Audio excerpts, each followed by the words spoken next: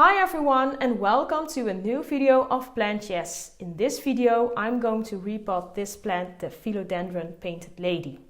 I'm going to put it together into a pot with another Philodendron Painted Lady in Vulcastrat and into a self-watering insert from Elho.